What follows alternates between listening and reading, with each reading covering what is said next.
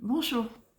Voilà, je voulais vous parler de la mort. J'ai entendu il y a quelques jours une interview de Brigitte Bardot qui disait que la mort c'était affreux, c'était terrible, qu'il n'y avait pas plus pénible et plus épouvantable. Voilà.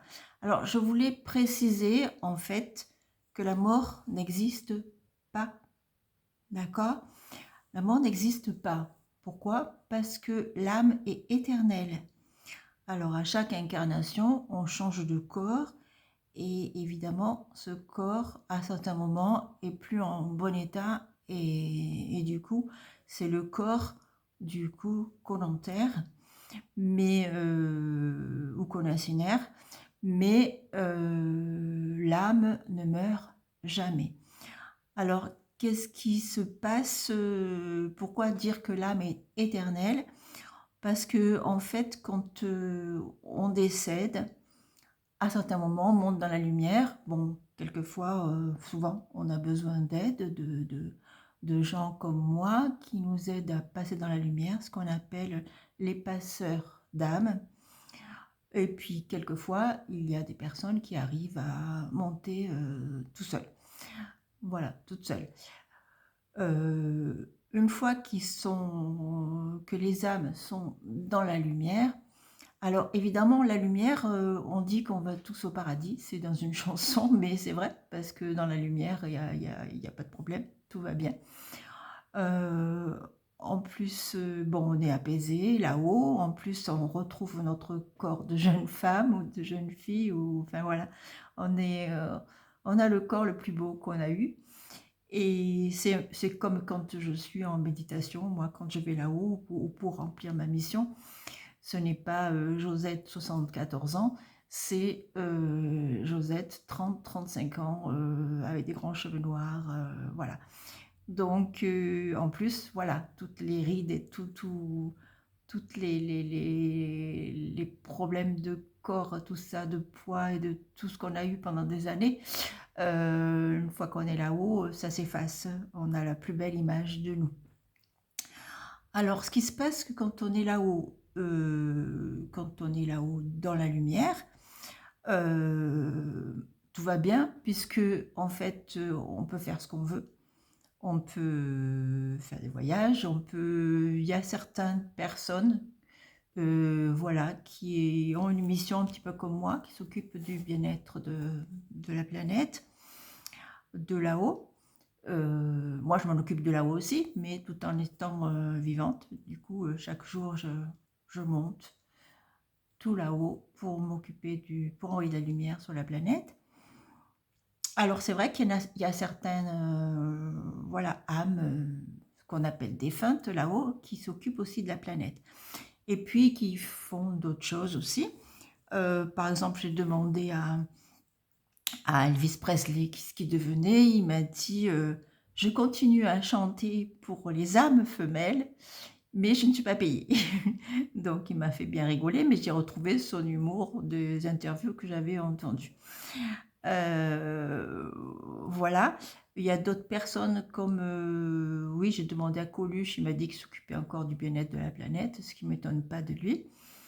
On se demande pourquoi on l'a appelé là-haut aussi. Peut-être qu'il a plus de pouvoir là-haut pour s'occuper du bien-être de la population mondiale. Peut-être que c'est plus facile de là-haut que sur Terre. Voilà. Voilà. Alors, c'est vrai que ça fait peur, le mot mort. Mais en fait, ce qui est le plus terrible, c'est pas la mort, c'est la réincarnation, en fait. Puisque je vous dis, la mort n'existe pas, puisque l'âme est éternelle. L'âme est éternelle et l'âme ne meurt jamais. Alors, ce qui se passe quand on est là-haut, au bout d'un certain temps, on doit se réincarner. Si on n'a pas fini d'apprendre sur Terre. Quand on se réincarne, c'est pour apprendre des choses.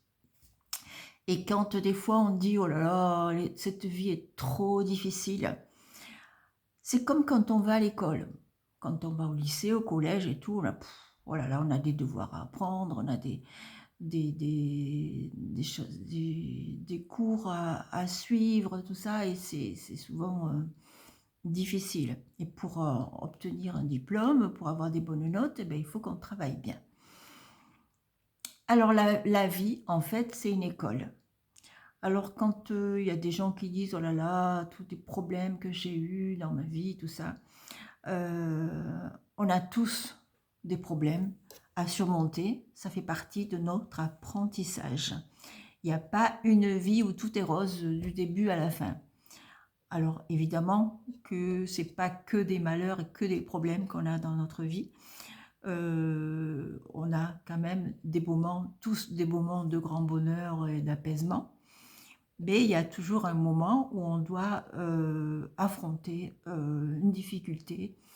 Et c'est ces difficultés-là qui nous permettent d'apprendre de la vie. Si toute notre vie était que bien-être, on n'apprendrait rien. D'accord? Donc, ce sont ces difficultés, souvent des drames aussi qu'on vit. Tout le monde sur Terre a vécu au moins un drame dans sa vie. Et c'est ce qui nous permet d'avancer et d'apprendre les leçons de la vie. Alors, c'est vrai que des fois, on dit oui, mais alors je comprends pas. Pourtant, il était jeune et il est mort très jeune. Un enfant qui décède, tout ça. Alors, il y a plusieurs solutions. Alors, par exemple, les bébés morts-nés, souvent, ce sont des âmes qui ont changé d'avis. Moi, je leur demande des fois qu'est-ce qui s'est passé. Ben, ils ont changé d'avis, ils sont remontés. Parce que, en fait, la vie, l'incarnation, ça fait peur. Plus que la mort. Parce que, bon, c'est vrai que quand on décède, avant, on est malade, on a eu un accident, tout ça, on n'est pas bien, c'est sûr. Mais une fois qu'on est décédé, ben, tout va bien. Enfin, pour l'âme, tout va bien. On oublie son corps à ce moment-là. D'accord? Donc, voilà. Et pourquoi, voilà, j'explique pourquoi certaines fois, il y a des enfants ou des bébés qui décèdent. Parce que c'est trop dur pour eux. Ils ont envie de remonter sur leur petit nuage là-haut, cool. Bon, c'est vrai que c'est pas en disant ça à une famille qui a perdu son enfant que ça va les rassurer, c'est évident. Et pourtant, c'est ça, c'est comme ça que ça se passe. Bon, il se peut aussi que, par exemple, quelqu'un qui se suicide à 40 ans et qui devait vivre jusqu'à 60 ans, du coup, quand il se réincarne, il vit que 20 ans, les 20 ans qu'il a pas réalisé dans sa vie précédente. Voilà, ça peut être ça aussi. Du coup, voilà. Alors, il y a une chose aussi qui est importante, c'est que dans chaque vie, puisque je vous disais que l'âme est éternelle, dans chaque vie, on ramène avec nous tout notre bien-être qu'on a vécu dans les vies précédentes, donc les bonnes choses, mais aussi les blessures. Notre âme a la mémoire éternelle, puisque l'âme est éternelle, du coup elle a la mémoire éternelle. Alors c'est vrai qu'il y a des fois on se dit comment ça se fait que voilà, je suis allergique à ceci ou cela, ça vient des fois, ça peut être un problème génétique, mais des fois ça peut venir aussi d'un problème antérieur, d'une vie antérieure. Par exemple, bon, quand on a mal à la gorge depuis longtemps, ça peut être aussi des choses qui ne passent pas dans cette vie. Franchement, non, ça passe pas. Et bon, il y a un travail à faire là-dessus pour que ça passe mieux, pour que ce problème passe mieux dans notre gorge et dans notre vie. Mais ça peut venir aussi si on a eu mal à la gorge, au cou toute notre vie. Par exemple, moi, j'ai passé une partie de ma vie avec un foulard ou un cache-nez, même à la plage, même en faisant du bateau, j'avais un foulard autour du cou. parce que j'avais toujours mal. J'avais toujours mal au cou, moins de courant d'air, enfin, souvent. Alors c'est vrai qu'il m'a fallu longtemps pour comprendre d'où ça venait, il m'a fallu mon évolution spirituelle pour comprendre d'où ça venait. Donc je suis allée à la recherche de ces mémoires et je me suis aperçue qu'on m'avait coupé la tête plusieurs fois. Alors il faut au moins 7 blessures comme ça pour que ça réagisse encore dans le temps. Alors qu'est-ce que j'ai fait? J'ai envoyé dans la lumière tous ces personnages à qui on a coupé la tête de mes vies antérieures. Voilà. Et d'abord, je leur ai remis la tête en place et puis je les ai envoyés dans la lumière. Et voilà, toutes ces blessures d'âme ont été apaisées. Et depuis, je n'ai plus mal au cou. Voilà, tout va bien.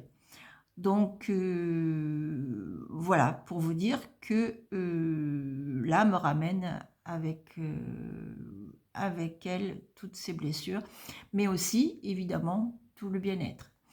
C'est-à-dire que, par exemple, quand je faisais des séances de méditation, d'hypnose sur les vies antérieures, quand la personne a retrouvé une blessure, une vie difficile, après, je lui ramenais une vie légère pour qu'elle sente mieux. Donc, évidemment, on peut aussi revivre les vies agréables qu'on a eues, enfin les moments de vie agréables qu'on a eus dans nos vies passées. Alors, est-ce que c'est clair tout ça? Alors, j'en reviens au moment du décès. Alors, c'est vrai que quand la personne meurt, automatiquement, son âme se détache de son corps. Alors, c'est vrai qu'il y a des personnes comme moi qui n'ont pas besoin de mourir pour faire des voyages avec mon âme. Mais la plupart des gens ne se rendent pas compte du coup que elles ont une âme autour d'elles qui est toujours là. Et du coup, quand la personne décède, là, elle prend conscience qu'il y a toujours quelque chose. Alors, ce qu'il faut, c'est surtout éviter d'assister à ces obsèques. C'est trop dur, en fait, c'est trop dur. Par exemple, il y a une amie qui est décédée il y a quelque temps, 2-3 ans. Et bon, c'était pas dans mon département, ces obsèques, du coup, je suis pas allée, mais j'ai assisté de loin en me connectant à elle. Donc, sa fille m'avait donné les horaires dont je me connecte quand elle est à l'église. Tout va bien. Après, un peu plus tard, ce devait être 1 heure ou 2 plus tard, je sais plus. Donc, je me reconnecte au moment de l'incinération, mais je me suis connectée un petit peu avant, quand même, pour l'accompagner dans ce moment difficile. J'ai dû me connecter à elle peut-être 10 minutes avant. Et c'était déjà trop tard, ils avaient allumé les flammes. Et mon ami était en panique. Alors je lui ai dit, bah, écoute, si tu veux, je t'accompagne tout de suite dans la lumière. Parce que j'avais demandé quand elle était dans l'église, elle m'avait dit, non, non, ça va, je peux rester encore un peu. Et là, elle était tellement effrayée par ces flammes que du coup, je l'ai accompagnée tout de suite dans la lumière où elle se sentit un peu plus apaisée. Alors c'est vrai que c'est traumatisant pour l'âme d'assister à son incinération, hein, il vaut mieux pas. Donc le jour où vous décédez, il vaut mieux monter tout de suite. Et si vous n'y arrivez pas tout seul, comme beaucoup de personnes, mais il faut demander de l'aide. Soit vous m'appelez, soit vous demandez juste j'ai besoin d'aide pour monter. Voilà. Et il y a quelqu'un qui vous entendra automatiquement, puisque de par le monde, on doit être, je pense qu'on est très très très nombreux à accompagner les âmes dans la lumière. Voilà. Donc c'est une partie de moi qui est pas en fait exceptionnelle. Les passeurs d'âmes sont très très nombreux. Donc il y aura toujours quelqu'un qui vous entend. Et s'il n'y a pas un passeur d'âme qui vous entend, vous demandez à un ange gardien, voilà, il y aura toujours quelqu'un qui va vous aider. Mais il ne faut pas être là, rester là à paniquer, il y aura toujours quelqu'un qui va vous aider. Mais il faut demander, voilà, il ne faut pas attendre que ça vienne tout seul.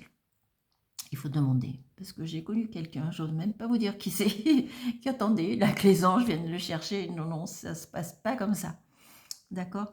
Donc, il vaut mieux pas assister à ces obsèques, c'est trop dur.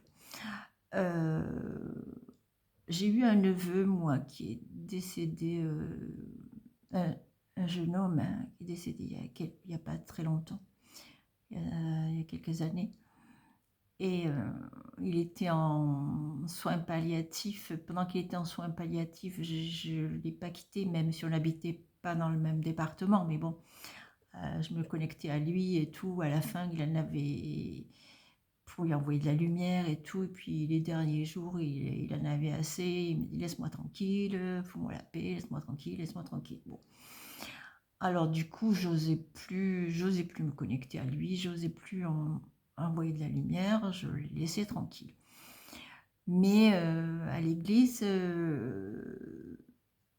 pour ses obsèques, il était assis à côté de son cercueil et pleurait, pleurait, pleurait.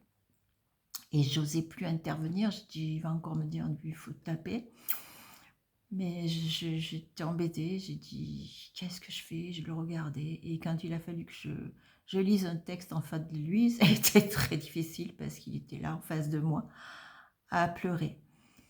Et puis quand il y a eu le moment où on devait bénir le cercueil, ben, quand c'était mon tour, évidemment, je n'ai pas béni le cercueil, je l'ai béni lui à côté. Et c'est là qu'il est monté. Il est monté dans la lumière, c'était vraiment une image magnifique dans ce moment dramatique. C'était une image magnifique, il était entouré de couleurs et de lumière, il est monté, il a traversé le plafond de l'église, c'était une belle image. Donc pour dire que l'église c'est pareil, éviter. Hein, alors vous allez me dire, mais nous on est vivants, qu'est-ce que tu nous racontes là? Oui, mais il y a bien un jour où tout le monde y passe, hein, tout le monde est obligé de passer par la mort, par la lumière et redescendre après. Donc voilà, quand le jour où vous décédez, évitez de rester, de participer à vos obsèques, même à l'église, voilà. Essayez de monter le plus vite possible. Et comme je vous l'ai dit, si vous n'y arrivez pas, il y a toujours quelqu'un qui peut vous aider.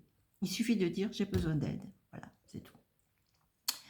Que dire d'autre? Donc, quand on est dans la lumière là-haut, je ne sais pas comment on est reçu, ça, je ne sais pas comment ça se passe après. Ce que je sais, c'est que on reste un certain temps suivant les vies qu'on a encore à vivre.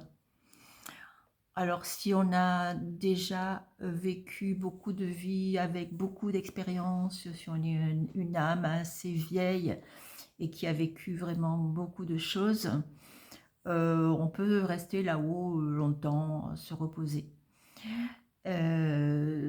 Si on a encore beaucoup d'expériences à vivre sur Terre, du coup, on reste pas longtemps et on se réincarne assez vite. Les enfants se réincarnent très vite. Hein. Moi, pendant la guerre, là, j'ai eu 2-3 vies. J'étais à la suite. Hein. À Auschwitz, enfin, dans les camps de concentration, là, j'étais ensevelie vivant. Donc, je dis vivant parce que j'étais un garçon. Et j'avais 15 ans. Bon, ben, toujours dans cette période, 39-45. Après, j'étais une petite fille fusillée à Oradour-sur-Glane. Voilà, en fait, j'ai eu 3 ou 4 vies rapidement parce que en fait, quand on décède enfant ou jeune, ben, on se réincarne vite parce qu'on a encore beaucoup de choses à vivre si on n'a pas assez été à l'école de la vie. Donc, il faut y retourner. Il faut retourner, faire ses devoirs et apprendre, apprendre, apprendre. Voilà. Alors maintenant, les très vieilles âmes et qui ont vécu le plus d'expériences possible, il se peut qu'ils restent là-haut, voilà, et qui ne se réincarne plus. Alors, moi, ils m'ont dit là-haut qu'il se peut que à mon décès, je ne me réincarne plus, parce que je suis une très très vieille âme. Enfin, le nombre de vies que j'ai eues et le chiffre n'existe pas. C'est au-dessus de milliards, voilà, il y a un chiffre qui n'existe pas. Voilà, donc j'ai tellement eu de vie, tellement eu d'expérience sur Terre que je pense que, voilà, dès qu'à mon décès, je pense que je vais me reposer longtemps. Enfin, reposer, je ne sais pas, parce que euh, je pense que j'aurai encore une mission là-haut pour m'occuper de la planète, comme je fais actuellement. Voilà. Voilà, je rappelle que j'ai eu une mission pendant le Covid et que j'en ai une autre maintenant, et tous les jours, je vais très haut, très haut, très haut, pour envoyer de la lumière sur la planète et sur la population mondiale, et puis sur les endroits qui ont besoin. Alors, je ne sais pas ce qui se passe en Inde, mais je sais que j'ai eu besoin d'envoyer beaucoup de lumière sur l'Inde récemment, sur le Japon aussi, sur des guerres qui auraient en Centrafrique, voilà, des choses comme ça, des choses que je ressens. Bon, j'ai envoyé de la lumière aussi récemment sur tous les sapins qu'on a coupés parce qu'ils pleuraient, les pauvres, surtout les racines des sapins, voilà, des choses comme ça. Voilà, pour vous dire, donc, du coup, pour en revenir au mot mort, la mort n'existe pas. Le corps, oui, il meurt. Et c'est vrai que c'est triste pour les gens qui restent parce que je pense que les gens ne comprennent pas, ils se souviennent que du corps et en même temps c'est un peu normal, et ils vont pas être contents, quoique il y a des pays où ils font la fête quand les gens décèdent, mais bon, mais c'est vrai que c'est pas facile pour la famille quand quelqu'un décède, pour les amis, tout ça. Mais il faut penser que c'est un corps, c'est seulement un corps. Voilà, c'est comme si on était voilà, dans une enveloppe, que l'enveloppe, du coup, elle ne tient plus le coup, mais à l'intérieur de cette enveloppe, on est toujours là, quelque part. Voilà, donc nos morts ne sont pas morts, soyez rassurés, ils sont là-haut ou peut-être autour de nous, de temps en temps, et de temps en temps, ils viennent nous voir. Bon, ce qui se passe aussi, du coup, la réincarnation. Je vais parler de la réincarnation. La réincarnation, alors comme j'ai dit tout à l'heure, elle se passe en fonction de l'âge de notre dernier décès aussi. Hein, si on est décédé très jeune, du coup, on se réincarne assez vite. Et si on est décédé à 80, 90 ou 100 ans, à ce moment-là, on met un peu plus de temps à rester là-haut et voilà, et on se réincarne quelques années plus tard. Bon, il y a des âmes qui restent là-haut, comme ma mère qui m'a aidée pour ma mission précédente, qui m'aide encore maintenant, voilà, qui est décédée en 1988. Il y a quand même des âmes, oui, qui ne se réincarnent pas ou qui mettent longtemps à se réincarner. Et puis il y en a d'autres qui se réincarnent au bout de quelques années. Alors, il se trouve que des fois, ils reviennent dans la famille. Mon père, qui est décédé en 1978, s'est réincarné 20 ans plus tard dans mon neveu, qui est décédé en 1990, qui est pas décédé, qui est né en 1998. Ce qui veut dire que, du coup, mon neveu, c'est mon père. C'est marrant. Donc il est passé que 20 ans là-haut. Voilà, il y en a qui passent juste 5-6 ans, il y en a 20, il y en a 30, voilà. Alors c'est vrai que quand des gens me demandent des nouvelles, me demander des clients, parce que maintenant je ne peux plus avoir de clients parce que je dois me consacrer à ma mission sur la Terre, pour la Terre, et du coup les clients me demandaient, j'aimerais avoir des nouvelles, mon grand-père. Alors je regarde là-haut, je me connecte là-haut, et je dis non, il n'est plus là, il est réincarné. Mais du coup, je peux me connecter aussi à leur âme réincarnée. Mais c'est plus la même chose, parce que quand on se connecte à quelqu'un qui est décédé, qui est encore là-haut, il a toute la mémoire de toutes ses vies, et puis particulièrement de sa dernière vie. Alors que s'il est réincarné, il est passé un peu à autre chose. Bon, il se souvient, mais il se souvient aussi, l'âme se souvient toujours, évidemment, la mémoire éternelle. Mais c'est pas pareil. J'ai l'impression que c'est plus direct, voilà, le dialogue est plus direct quand l'âme est encore là-haut. Voilà. Mais c'est vrai que c'est surprenant de voir que ça arrive souvent en fait qu'on se réincarne dans la même famille et certainement qu'on a encore quelque chose à voir, à vivre avec cette famille. Alors mon père s'est réincarné dans la famille de mon plus jeune frère. Je ne sais pas pourquoi, peut-être qu'il se sentait plus proche de lui, enfin je ne sais pas, on ne le saura jamais. En tout cas, ça, chaque fois que je vois mon neveu, c'est marrant quoi. Je pense à mon père. Voilà. Donc, que dire de plus donc sur l'âme qui est éternelle, qui ne meurt jamais. Voilà. Et conclusion, ce que je disais au début, la mort n'existe pas.